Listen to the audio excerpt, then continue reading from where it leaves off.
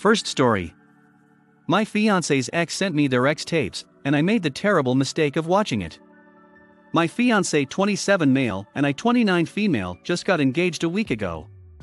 I proposed to him when I heard from our friends that he was sad that his proposal plans were ruined by COVID. We have been very happy this past week. I guess this caught the attention of his bitter ex, 28 female.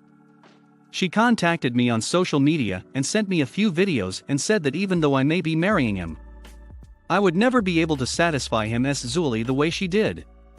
For some background. Early on in our relationship, I was a bit insecure about this ex, especially how attractive she was. But my fiancé assured me that he would never ever consider being with her again, because she was overwhelming and used to force him into things he did not like. I soon grew out of these insecurities because my fiancé was an amazing boyfriend and always made me feel loved and very secure. But the ex's message brought back all these insecurities, and I decided to watch the videos she sent. It was a huge mistake. I have never seen my fiancé so passionate vocal during X with me. She even had a video of her giving him a mouth J in a public place. I never knew he was into all that stuff. I got really upset and decided to check if he had kept any of these videos on his phone. Turns out he hadn't kept any of them. But I found out messages discussing them with his best friend Sarah. Apparently his ex had sent these tapes to him as well to remind him how good it was between them. He had deleted them right away and blocked her, but was debating whether or not to tell me about this, and thus asked Sarah's advice. The conversation somehow turned into Sarah asking who was better, Zuli. My fiancé tried to evade the question, but she pressed the issue for some reason. It looked like she was teasing him and was being playful. But after a while he got mad and sent her a mini rant. The important gist of it was basically this. If you look at it from a purely physical perspective, then Yax was better. She was more my type physically, and Zuli. She was very aggressive and passionate and always took the initiative, which I liked. And she gave one hell of a mouth J. But she was also overwhelming, and towards the end, she started using X as a tool. And instead of feeling loved, it became a desperate attempt for me to connect with her. X with me made me realize that X was not just about the physical aspect. I feel loved and secure and happy when I am with her. Even if she is less my type compared to X, the emotional connection means that the X is automatically great. Although the second half of his rant somehow saves it. I still feel really hurt by his admission that X was better with her. He did tell me that he liked me being aggressive and taking initiative. And I do try to be more like that. But once things start happening, I end up becoming more passive and let him take the lead. I know I can try being more aggressive, but I am afraid I can never be as good as her, and I can never be the kind of girl that can give public mouth J. Now I wonder if he settled for me despite not enjoying X as much with me. Logically, I know I don't have to be the best at everything for my fiancé. But it hurts because he is the best boyfriend I have ever had in all aspects that I can think of, and I always thought our ex life was amazing. Now I feel like I just got lucky, because I was the first person he dated after that overwhelming piece of crap, and the bar was set so low that he decided that our relationship was amazing enough to make up for that I was not as good at X as she was. I feel sad and hurt, and I don't know what to do. The ex managed to ruin what was supposed to be one of the happiest period of my life. I don't know how to bring this up to my fiancé without sounding like a nut with no self-control who thought it was a good idea to watch the videos and snoop on his phone. Update. As for the update, after posting here and reading the advice and reflecting on my actions, I realized what I did was wrong in a violation of my fiancé's privacy. I allowed my insecurities to dictate my actions. Even though my fiancé is okay with me using his phone, my intent to snoop made what I did wrong. So I decided to just come clean. I sat him down the next day and told him that the ex sent me the videos as well, and also came clean about the snooping. He was pretty upset. But surprisingly, he wasn't that upset with the snooping. He seemed more upset that his ex had somehow managed to cause drama once again in his life. He told me that he hadn't watched any of the videos because in a majority of them, he was uncomfortable with recording them. And only did it for her, and was afraid if watching it made me look at him in a bad way. This made me feel even worse for what I did, and I apologized again and reassured him that they did not in any way lessen my feelings or respect for him. I wanted him to have some time to process things and decide what to do about the ex, and what I did. So I gave him some space. That night, I decided to cook his favorite meal as a sort of apology dinner and discuss things. He seemed in a much better mood.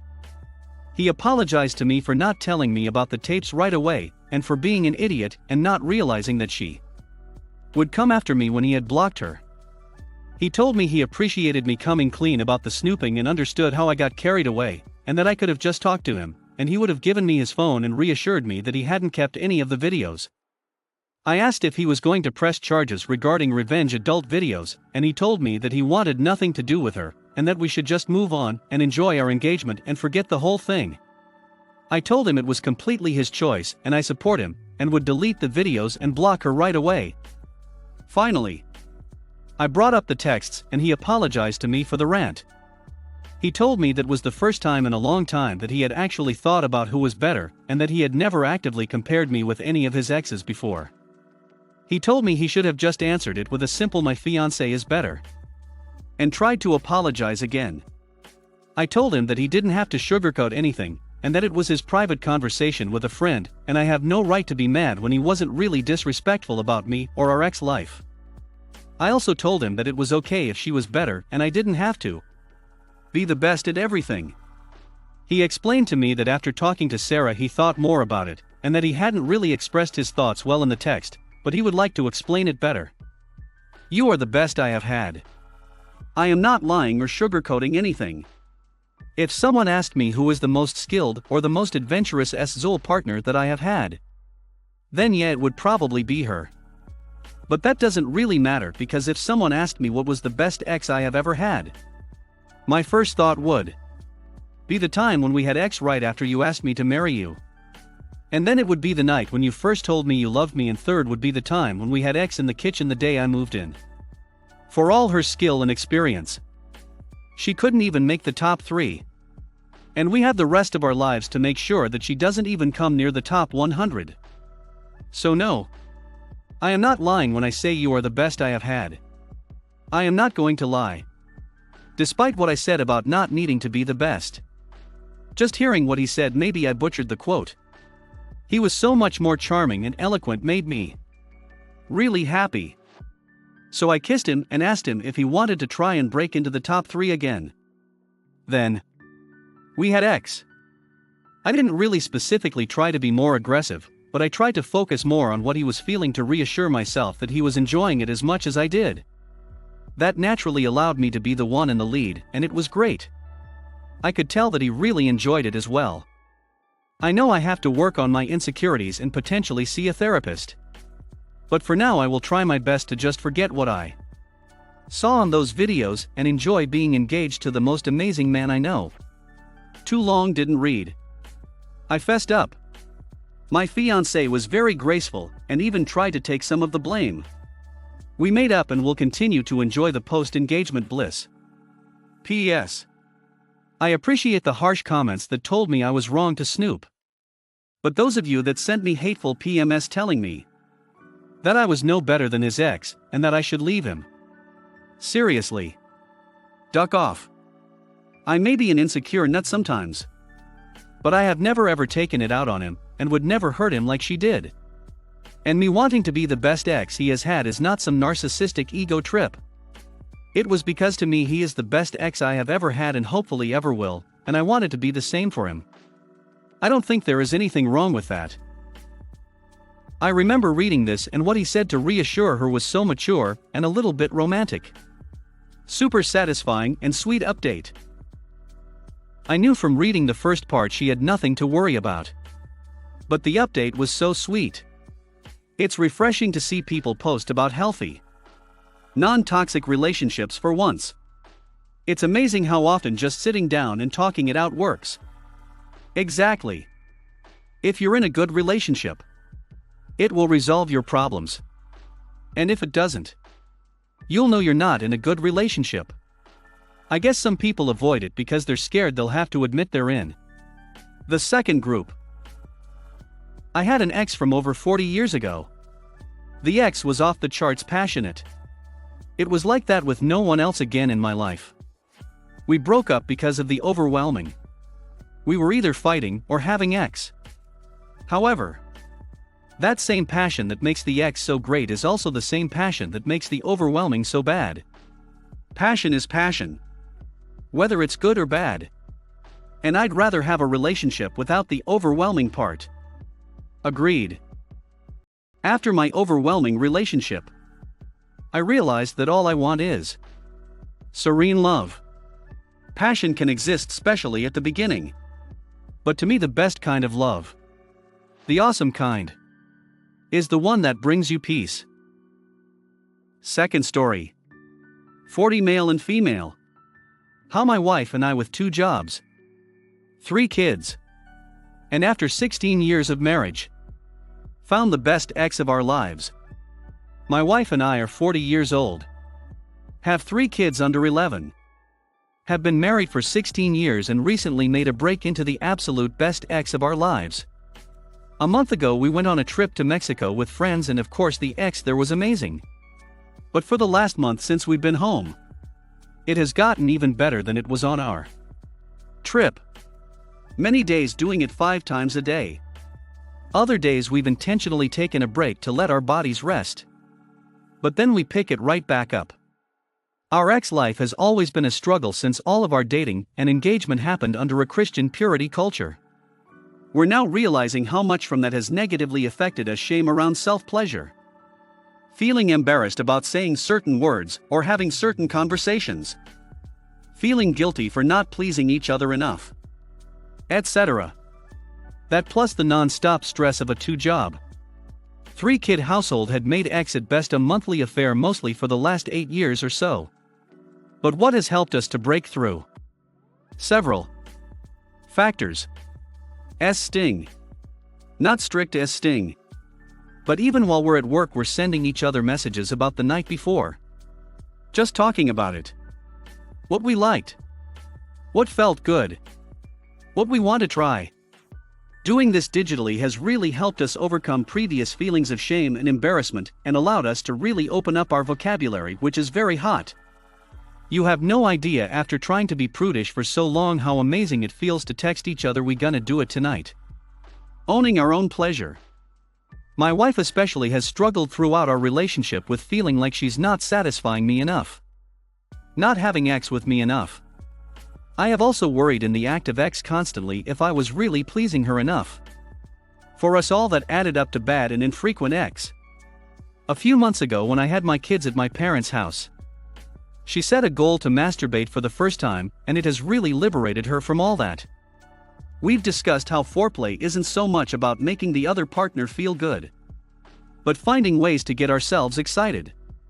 For now, finding ways to give ourselves pleasure is inevitably turning on the other partner anyway.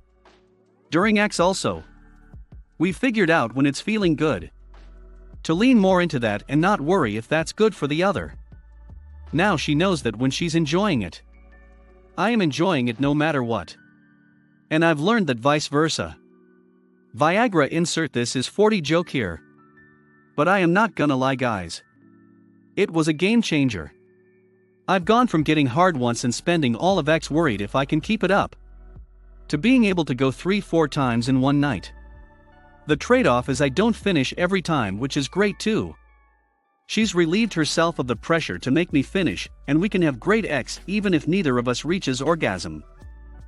Plus we know if we just wait a bit, we can probably try again. And there is just no feeling like sliding into her when I am already as rock hard as a horny 18-year-old. Guys, there is no shame in getting some help.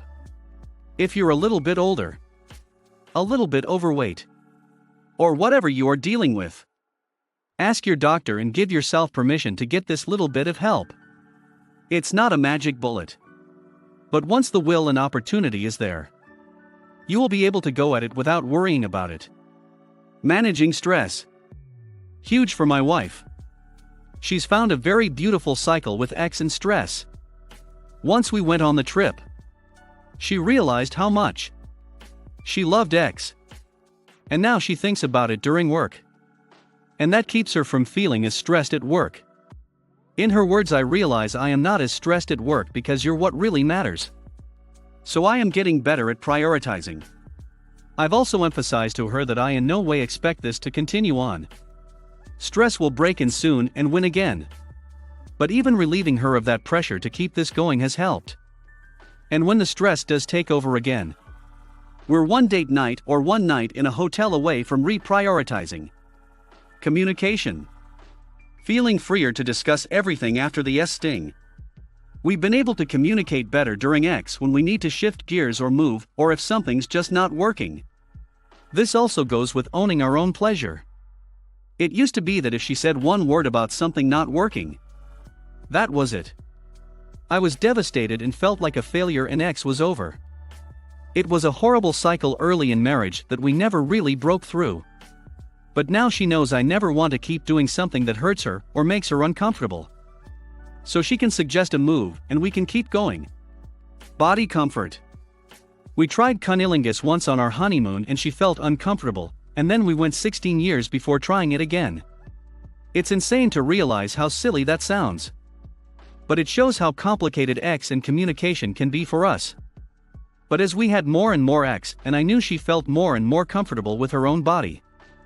One night when we'd had a few drinks, and were just crazy for each other, I went down on her and bam! The fireworks went off. It's not an every night thing for us. But when the time is right, we both absolutely love it. Again. I know this won't last. And I don't care. I know there will be seasons where we return to once a month or less based on what's going on in life. But I don't care. Because now we have an understanding and a shared experience that can never be taken away from us.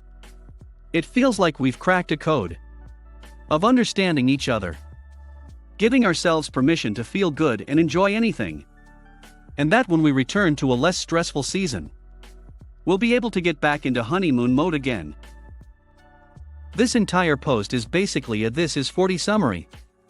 OP. Not in a bad way. Just in a "this is the stuff you figure out when you get to 40" sort of way. Doing the emotional work to deal with your own insecurities. To address unhealthy attitudes around X. And to communicate with your partner about all of these things. I feel like a lot of people get there around 40. Most of us are slow learners. I've got to make the same dumb mistake a bunch of times and pay dearly for it before the lesson finally sticks. I think that's why I give advice. The concepts are so simple. The problem is that simple and easy aren't the same thing. There's no way around the emotional heavy lifting. I had the best X of my life yesterday. I'm up at 3 a.m. just thinking about it. For whatever reason. My wife and I have failed to establish a healthy S-Zul relationship, in my opinion. Sometimes going months without having any kind of X. Which is devastating to me. I have trained myself to take care of her needs first. When we're in bed. And can be in my head so much as a result of that and the pressure of feeling like holy diver. We are having X right now.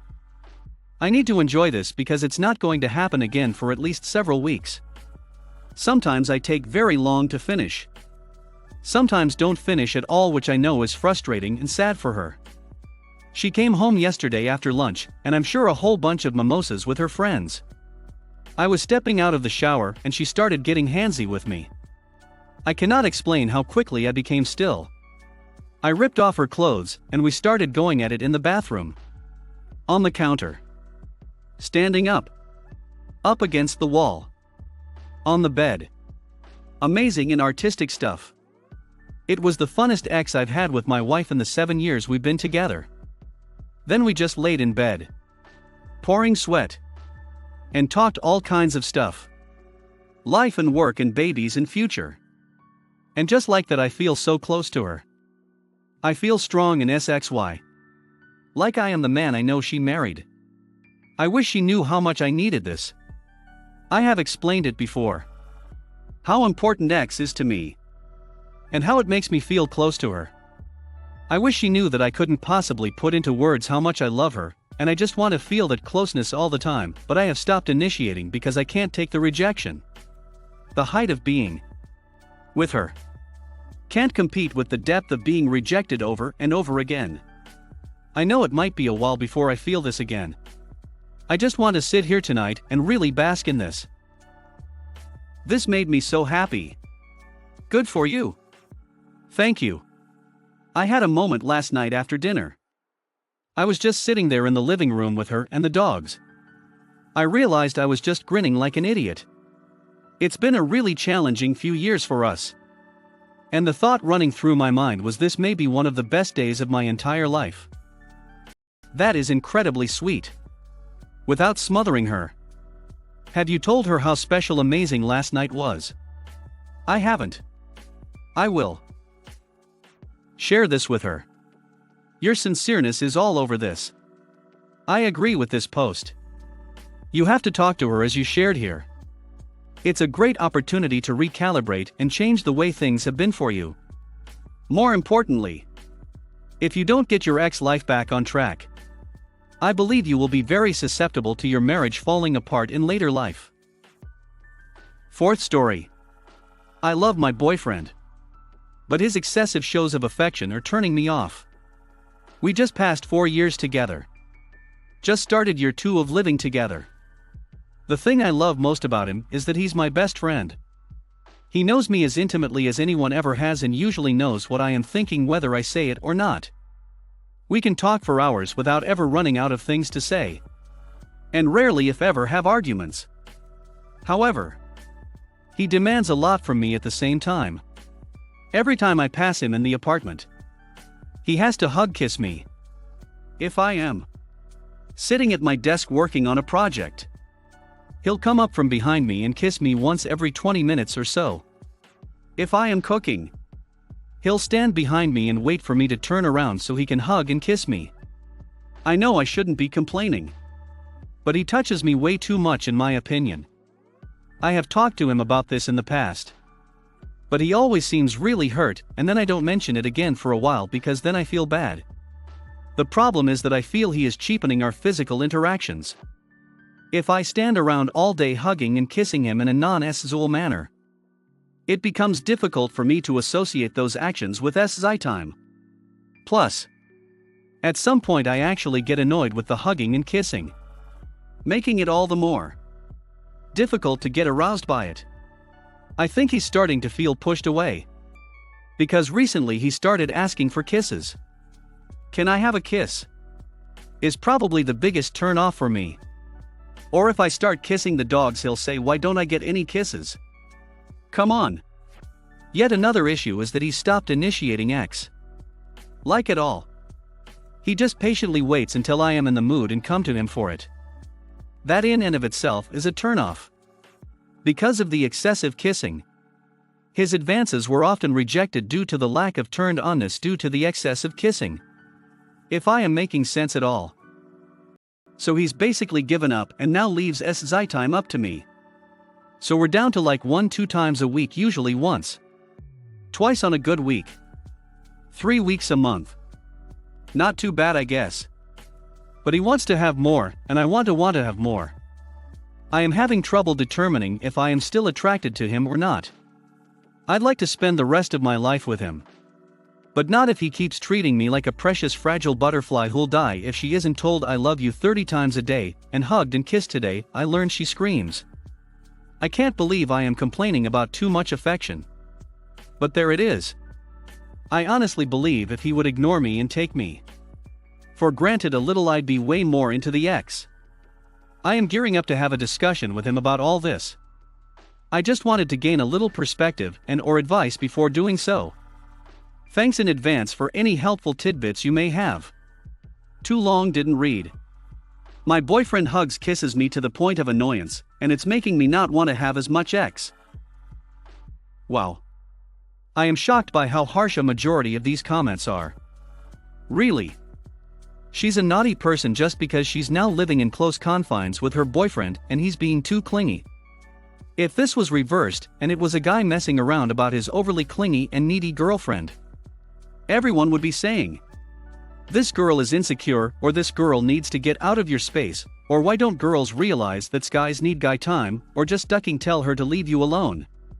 I hate double standards. But that sounds like that's exactly what's going on in so many of these comments. So her boyfriend's clinging to her like they're joined at the hip. How about instead of calling her a naughty girl? People offer advice. Because be honest. Do any of you enjoy it when people stick to you like glue? Jumps off soapbox. Hit like. If you enjoyed this video, consider subscribing to our channel.